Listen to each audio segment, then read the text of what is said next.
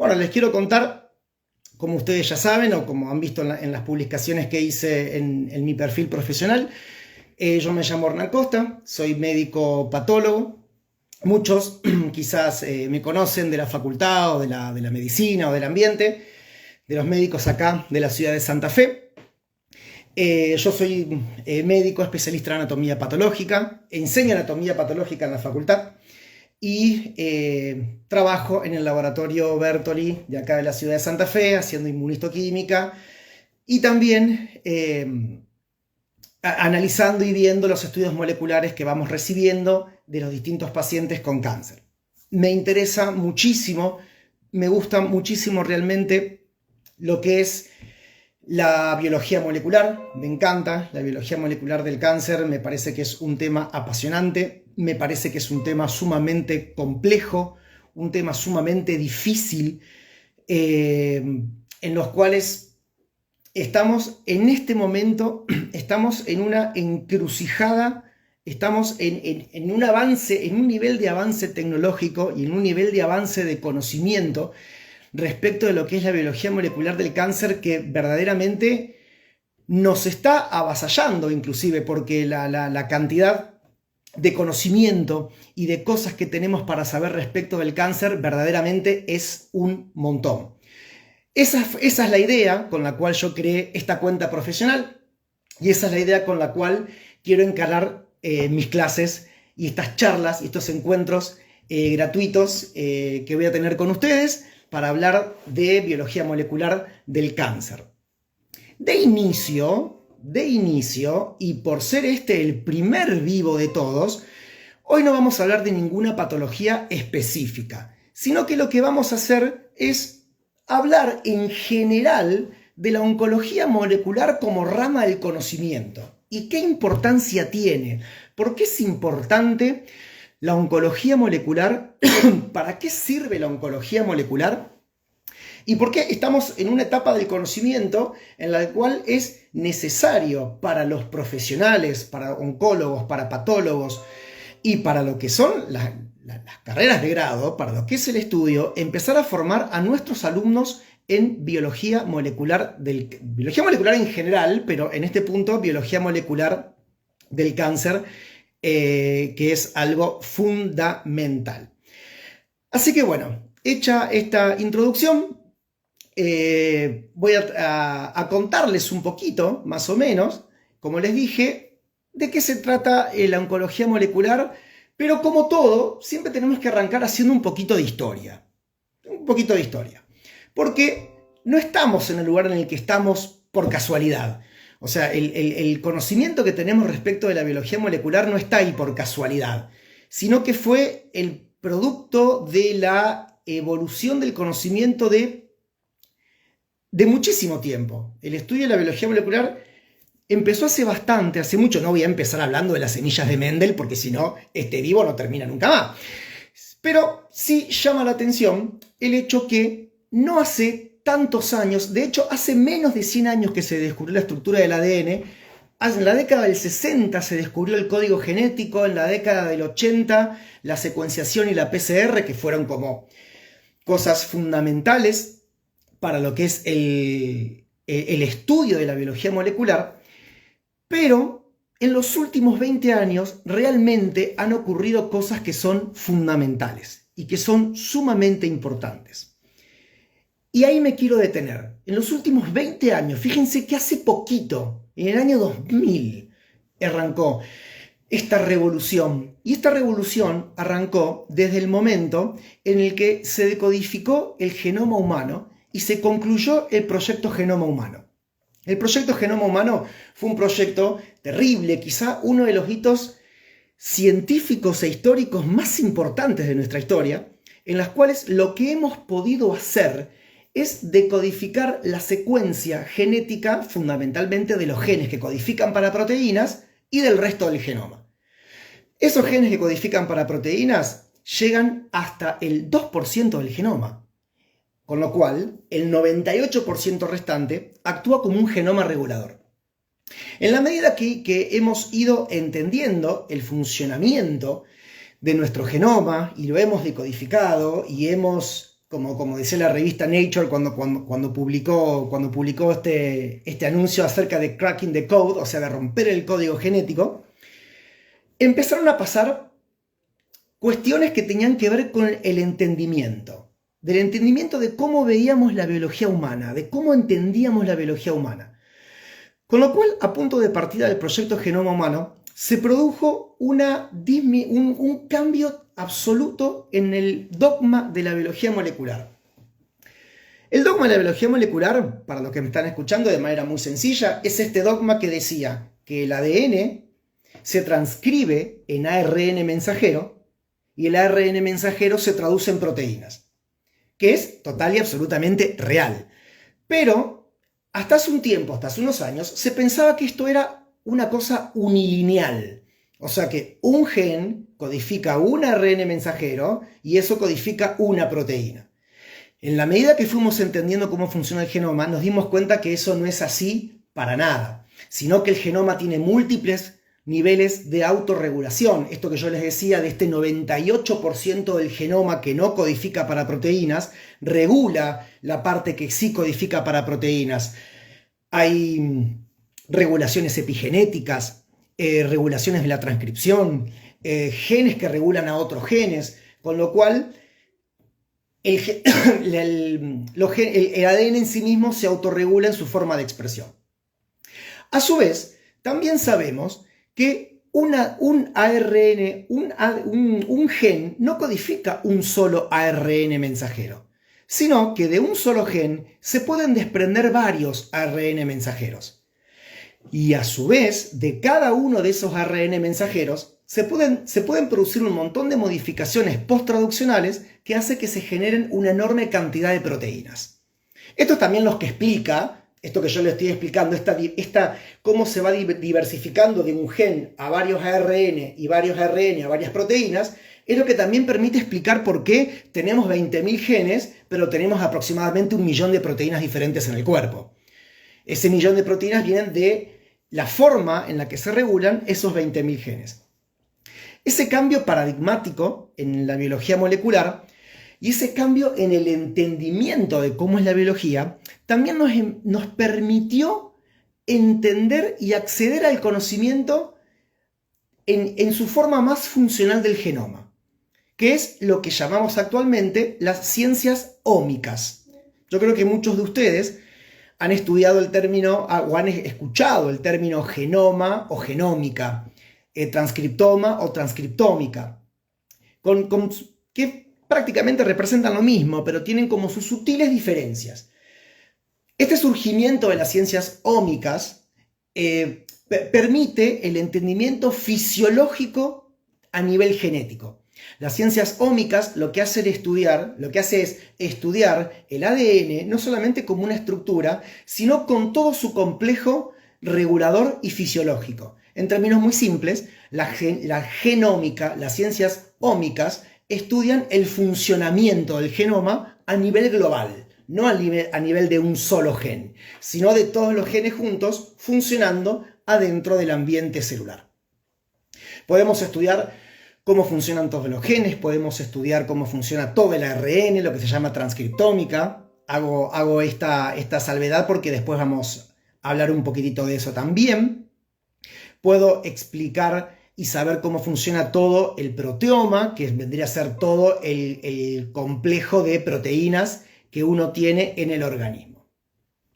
Bien, dicho esto, nos hemos dado cuenta cómo todo esto ha ido cambiando a lo largo del tiempo y nos ha permitido tener técnicas de altísimo rendimiento genómico. Ahora nosotros podemos secuenciar el genoma entero, analizar todo el ARN en una sola corrida de un solo equipo. Tenemos tecnología de muy altísimo rendimiento. Todo este conocimiento que se fue dando a lo largo de los años, se fueron armando consorcios de estudio, consorcios internacionales de estudio. El cáncer ahora está en bases de datos que son disponibles de manera pública. Todo lo que tenga que ver con investigación respecto del cáncer está puesta en bases de datos con acceso para todos. Existieron varios consorcios. Después del proyecto Genoma Humano, cuando culminó en el 2003, después empezaron otros consorcios que, tomando el proyecto Genoma Humano, empezaron a hacer investigaciones. En lo que es respecto del cáncer, lo que se llama el proyecto de The Cancer Genome Atlas y el proyecto PanCancer, que salió en el año 2020, quizás son los más importantes y los que reúnen la base genómica de los tumores más grande de todo el mundo. Estos consorcios lo que hacen es, todo lo que se investiga, estos consorcios lo que han hecho es investigar a los tumores de una manera genómica, proteómica, transcriptómica, y todos los datos que han obtenido lo han volcado en estas bases de datos para saber cómo funcionan estos tumores. Actualmente ya se analizaron más de 46 tipos tumorales diferentes, los genomas de 46 tipos tumorales diferentes desde todas sus perspectivas, genética, epigenómica, transcriptómica, se han estudiado y todos esos datos están disponibles para investigar. Con lo cual, esto también tuvo que ir obligadamente de la mano de que se hayan creado servidores que permitan almacenar toda esta información. Porque toda la información que se investiga cuando vos secuenciás genes, secuenciar genomas de la humanidad entera, secuenciar tumores, no es algo que sea simple. Y esa información, ¿en dónde queda disponible? En bases de datos, y esas bases de datos requieren algoritmos bioinformáticos sumamente complejos. Con lo cual, la oncología molecular, la medicina molecular, se basa no solamente de la medicina en sí misma, sino también de los algoritmos bioinformáticos. Bueno, hasta ahora, ¿cómo vamos? ¿Vamos bien? ¿Se escucha bien? Yo de paso hago una pequeña pausa. Les quiero contar que, bueno, cuando solucione los temitas con mi cuenta de Instagram, les dejo el enlace de un grupo de WhatsApp para que se anoten en el grupo de WhatsApp, y ahí voy a estar dando toda la información respecto de las siguientes clases que van a venir y la información cuando en su momento lance el curso para formar una membresía en donde yo les voy a ofrecer un curso esencial respecto de todo esto. Bien, seguimos entonces. Vamos a seguir. Brightsea me dice clarísimo. Bien, perfecto, buenísimo. Perfecto. Entonces, haciendo esta pequeña revisión histórica, muy pequeñita revisión histórica, que es muchísimo más compleja de lo que yo les estoy contando clarísimamente, pero ahora sí vamos a empezar a hablar de la oncología molecular. Quise dar esta introducción justamente para sentar la base de cómo llegamos hasta la oncología molecular tal cual como la entendemos hoy. La oncología molecular es una disciplina que se dedica a estudiar el cáncer, parece una estupidez lo que voy a decir, a nivel molecular. ¿Pero qué significa estudiar el cáncer a nivel molecular? Significa estudiarlo desde sus alteraciones genéticas, desde sus alteraciones moleculares, desde sus alteraciones metabólicas, desde sus alteraciones regulatorias.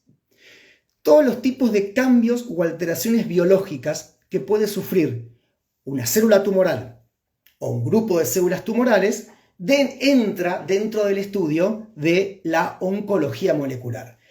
Y ahí abrimos como una puerta enorme, porque yo digo alteraciones moleculares. Alteraciones moleculares tenemos para estudiar un montón. Hay algunas que son mucho más importantes que otras y mucho más trascendentes que otras. Con lo cual, de esas alteraciones moleculares, seguramente en las próximas clases estaremos hablando de eso. Seguramente va a haber clases de alteraciones moleculares específicas. Por ahora lo dejo como este concepto un poquito más abierto para que esto tampoco hacerlo tan largo.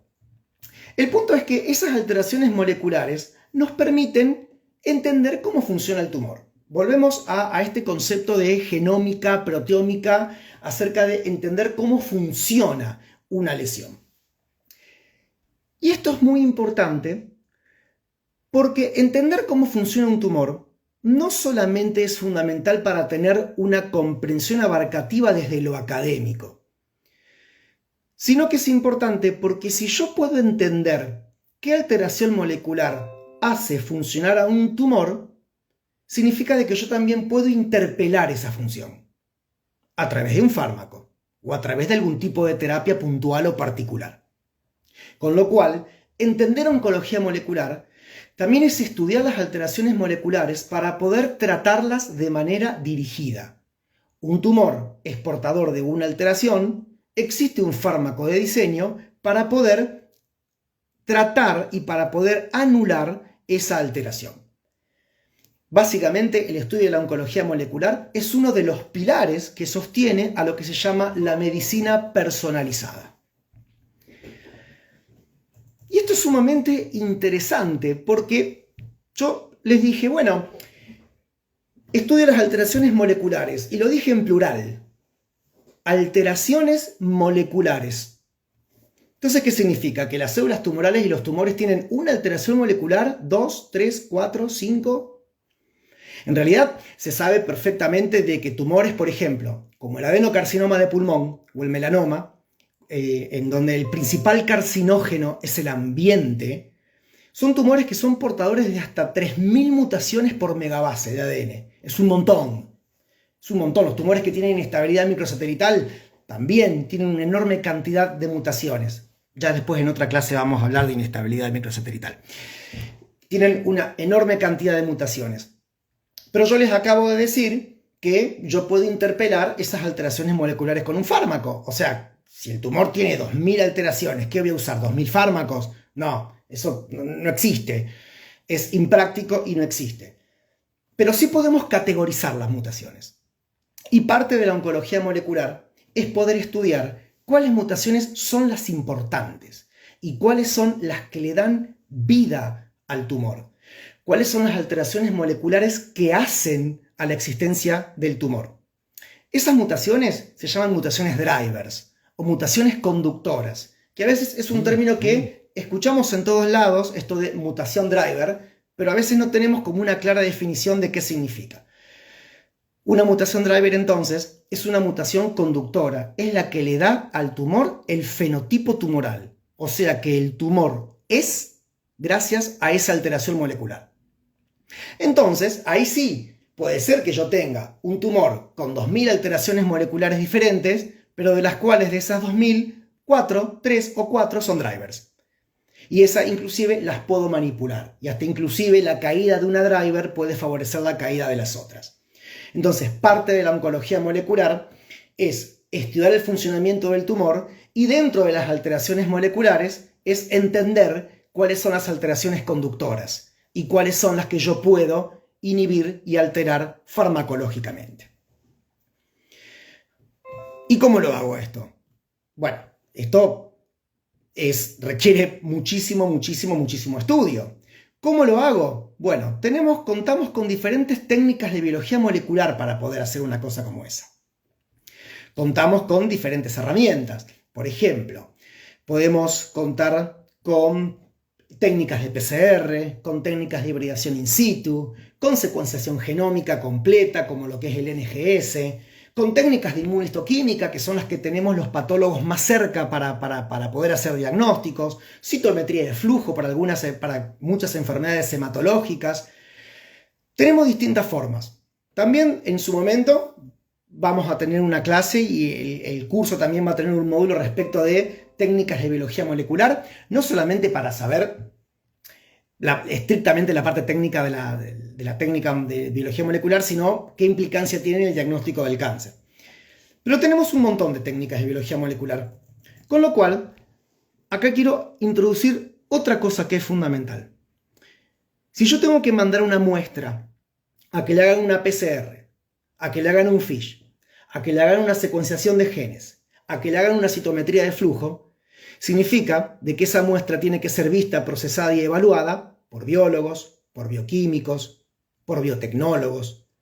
Con lo cual, otro concepto que es fundamental y que quiero dejar en esta charla es que la oncología molecular obliga a la multidisciplinariedad.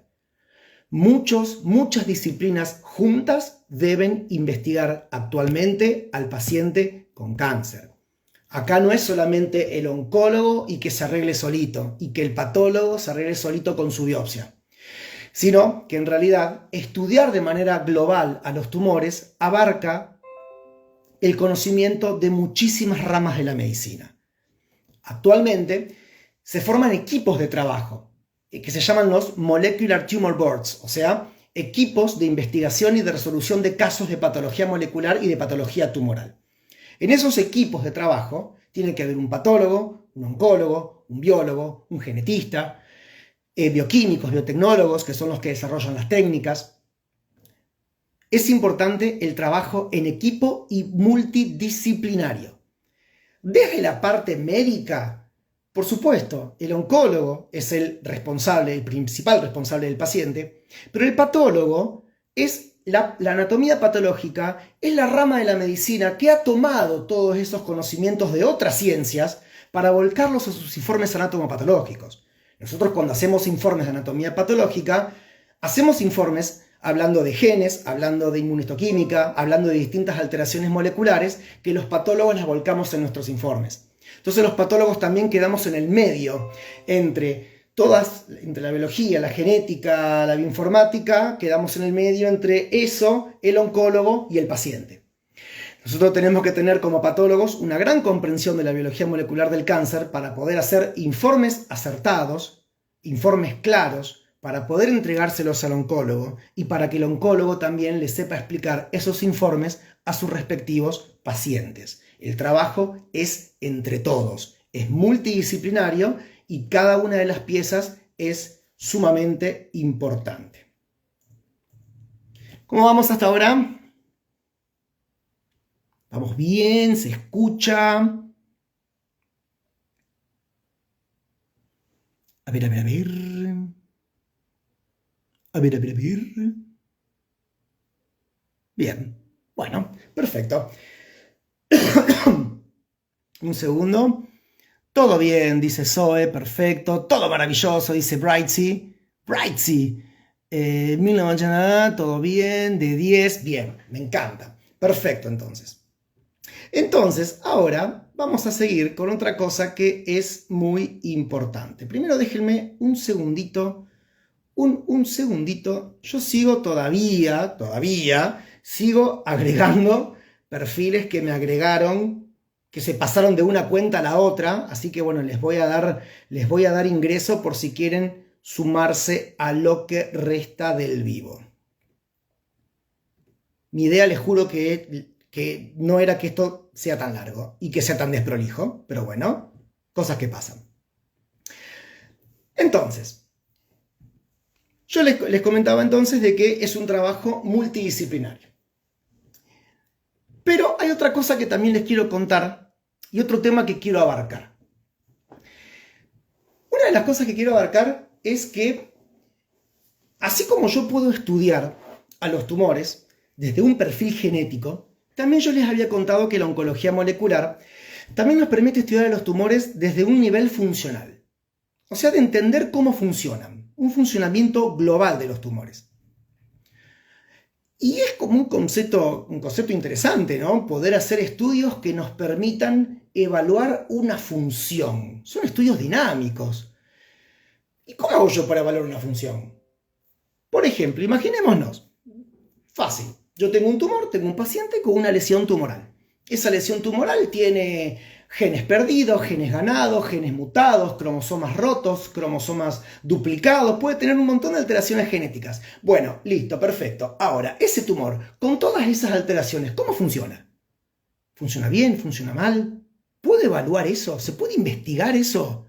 Sí, se puede investigar. Se puede investigar a través de estudios de expresión génica. Cuando hablo de expresión génica, significa que yo evalúo funcionalidad. En este contexto tumoral, con alteraciones, más alteración, menos alteración, la alteración que sea, no importa, yo quiero saber cómo funciona ese tumor. Y para saber cómo funciona, tengo que saber qué genes expresa. En ese momento, de todo el genoma tumoral, de todo el ADN tumoral, ¿qué proteínas se están expresando? ¿Cómo funciona? Y yo, para saber qué proteínas se están expresando, lo que puedo hacer es un estudio que se llama perfil de expresión, que lo que evalúo es el ARN mensajero. Volvamos al dogma de la biología molecular. El ADN se transforma en ARN mensajero, el ARN mensajero en proteína. El ADN es fijo y el ARN mensajero es lo que se transcribe. Bueno, yo puedo coleccionar todo el ARN mensajero que se transcribe y a través de eso evaluar cómo funcionan los tumores. Dar un pantallazo de decir, bueno, este tumor en este momento está expresando estos genes. ¿Por qué es importante eso? Porque puede estar expresando genes de proliferación, genes de diseminación, genes que tengan que ver con el trabajo hormonal, genes que tengan que ver con la multiplicación celular. Entonces hay genes que si están funcionando me pueden llegar a indicar a mí si ese tumor puede ser agresivo o no. Y eso es fundamental. Vos me decís, che, Hernán, ¿pero eso se hace? Sí, se hace. Yo estoy seguro que si hay médicos acá, patólogos presentes, estoy seguro que todos saben y han escuchado de estos estudios, pero seguramente no saben que se llaman perfil de expresión génica. Seguramente lo conocen por la marca. Por ejemplo, tengo una paciente con cáncer de mama. Y que esa paciente con cáncer de mama, debido a ciertas características moleculares o clínicas del paciente, se hace esta pregunta, che, yo quiero saber si este tumor, cómo está funcionando, porque quiero saber qué posibilidades hay de que este tumor haga una metástasis o tenga una mala progresión de acá a 10 años. Bueno, entonces yo lo que puedo hacer en ese contexto es hacer un estudio que se llama MammaPrint, Oncotype, EndoPredict, PAM50.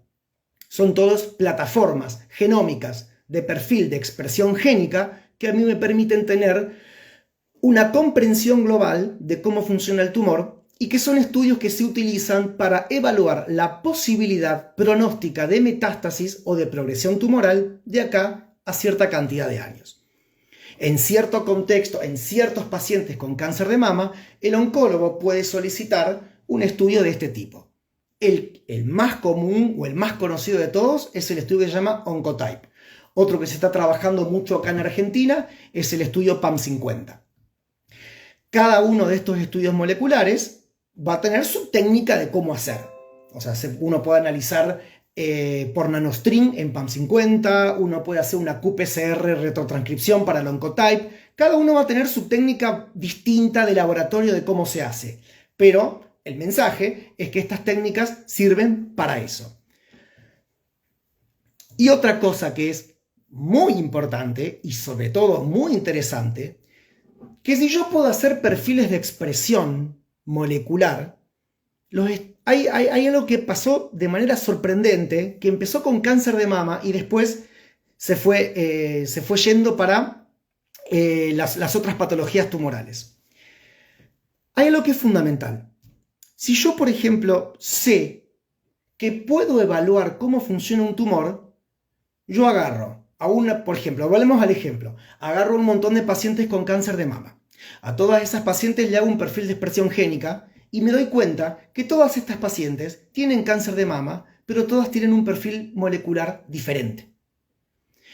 Y, casualidad, cada perfil molecular va a ir de la mano de un tipo de clínica. Esto también explica por qué hay pacientes con cáncer de mama que andan muy bien, hay pacientes con cáncer de mama que evolucionan muy mal y hay pacientes con cáncer de mama que tienen un pronóstico intermedio con recaídas de su enfermedad años más adelante.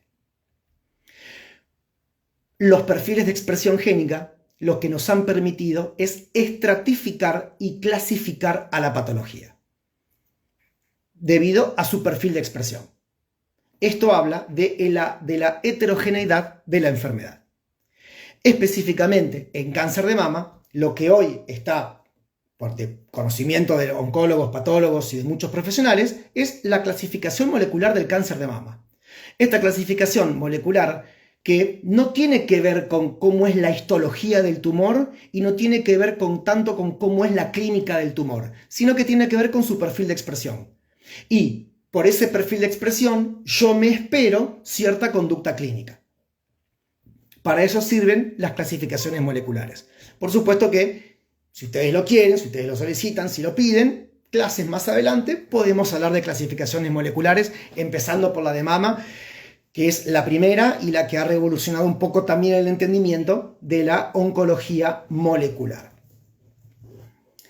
Sin embargo, también nos encontramos con el inconveniente de que así como hay distintas pacientes con el mismo tumor y que esos tumores tienen perfiles de expresión diferente, también nos encontramos con que en un paciente, en un tumor en particular, si yo empiezo a hacer perfil de expresión génica en diferentes partes del mismo tumor, me voy a encontrar que hay perfiles distintos. ¿Por qué? Porque la progresión tumoral lo que va haciendo es generar subclones. O sea que dentro de una masa tumoral yo voy a tener un montón de células tumorales, pero que probablemente, genéticamente, todas esas células no sean todas iguales, sean distintas, porque forma parte de la progresión tumoral. Eso hace a lo que se llama la heterogeneidad tumoral, la heterogeneidad intratumoral, que lamentablemente no son buenas noticias, porque justamente es la heterogeneidad tumoral lo que a veces hace que no se pueda hacer un diagnóstico molecular correcto, hace que ciertas terapias a veces no funcionen. A veces cuando uno hace una programación de un tratamiento contra un blanco dirigido, en realidad está eliminando, tratando ciertos clones tumorales, pero después los otros clones que no se manejan con la misma driver no pueden ser atacados por el tratamiento que yo planifiqué. Con lo cual, la heterogeneidad tumoral muchas veces entorpece un poco los regímenes terapéuticos y complica la evolución tumoral. ¿Se entendió esto último que dije? ¿O me enredé un poco? Pero creo que se entendió. A ver, díganme ustedes.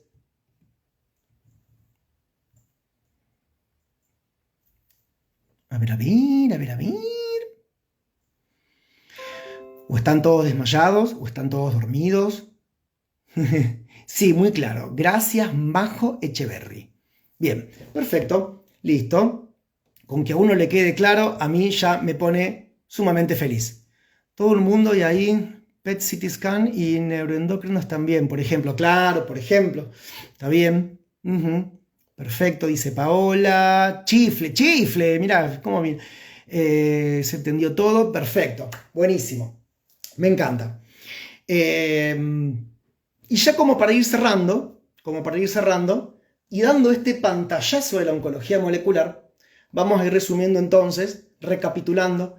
La oncología molecular entonces sirve para hacer tratamientos dirigidos, sirve para entender las alteraciones moleculares del cáncer, sirve para tratar esas alteraciones moleculares del cáncer, que son la base del tratamiento dirigido.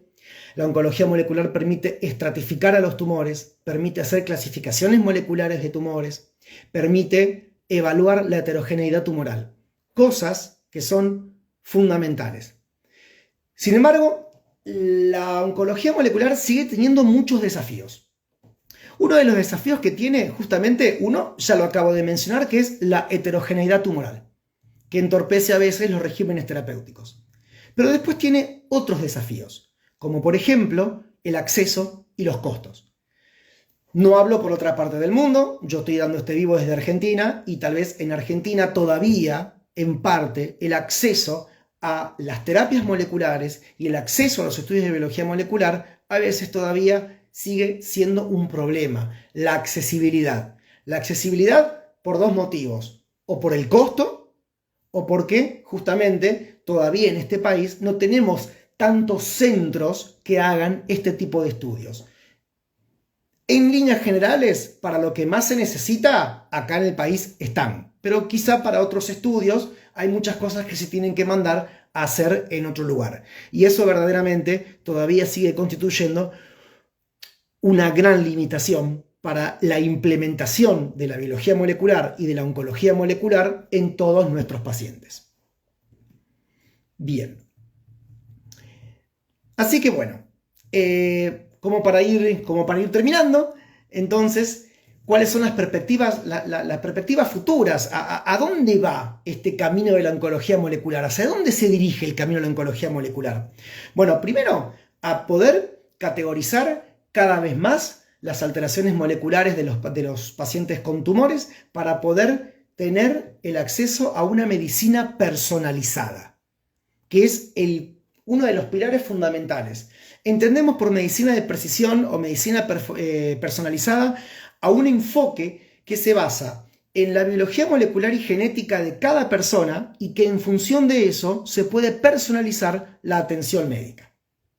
Sería como de una manera un poco resumida. También otra de las evoluciones que hemos logrado con la oncología molecular, fíjense hasta dónde hemos llegado, es poder evaluar marcadores moleculares independientemente de dónde sean. Por ejemplo, esto se llama biomarcador agnóstico. ¿Qué significa biomarcador agnóstico? Una alteración molecular que a mí no me interesa de dónde viene. No me interesa si esa alteración molecular es de un cáncer de páncreas, de mama, de pulmón o de hueso. Es la alteración molecular. Y porque tiene esa alteración molecular, yo a ese paciente le puedo dar un tratamiento. Ahora la FDA, hasta hace poco, ha aprobado tratamientos para... Hay unos pocos biomarcadores moleculares. La inestabilidad microsatelital es uno, la expresión de PDL1 es otro, los genes de fusión NTKR son otros. El concepto es de que hemos llegado a un punto en el cual no importa si tu tumor es de mama, de pulmón, de hueso, de cerebro. Es listo, vos tenés un tumor. ¿Ese tumor tiene inestabilidad? ¿Ese tumor tiene expresión de PDL1? Listo, acá hay un tratamiento para eso. Es un marcador molecular que es independiente del sitio anatómico de origen de la lesión. El simple hecho de portar esa alteración ya te habilita a recibir un tratamiento. Esa es una de las cosas que se ha logrado en los últimos años y que el camino sigue siendo la búsqueda de los biomarcadores agnósticos. Es una de las cosas que también son bastante prometedoras en lo que es la oncología molecular. Y así que bueno, hasta aquí he llegado. Esto es lo que tenía ganas de contarle acerca de lo que es la oncología molecular. Si tienen preguntas, respondo preguntas.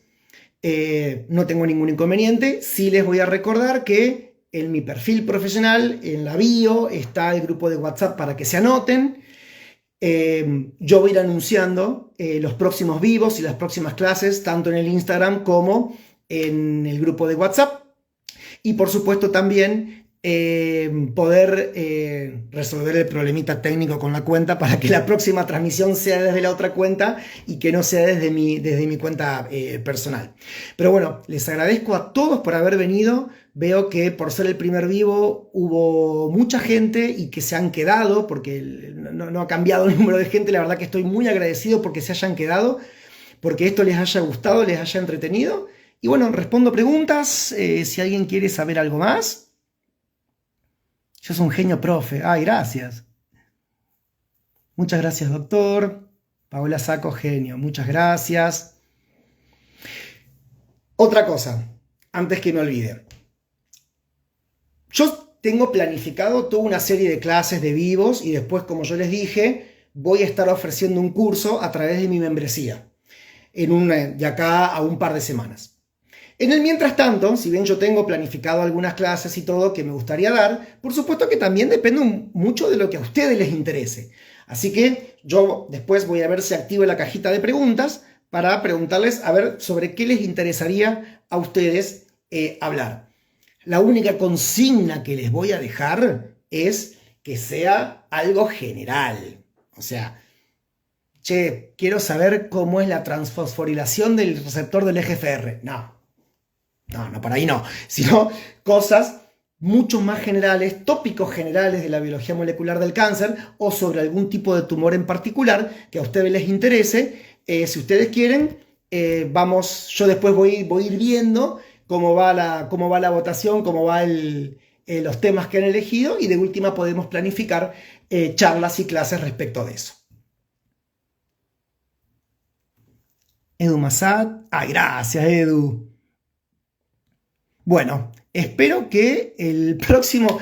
Ay, por favor, espero que el próximo vivo sea desde mi cuenta, poder resolver este pequeño temita que tengo con Instagram. Y bueno, no tengo más nada para ofrecerles por hoy. Tumor del sistema nervioso central. Uy, alto tema eso. Muy lindo, todo lo que es biología molecular de gliomas. coelesión 1p19q, IDH, muy interesante, un tema muy, muy, muy lindo, muy interesante. Muchas gracias, Hernán. Oh, Egon, ¿cómo estás? Bueno, yo no tengo más nada para decir, los dejo y seguimos en contacto por acá, por las redes, por mi perfil personal, el grupo de WhatsApp, los espero a todos y nos estamos viendo para la próxima clase que va a ser el miércoles que viene a las 19 horas. Muchísimas gracias a todos por haber venido. Gracias.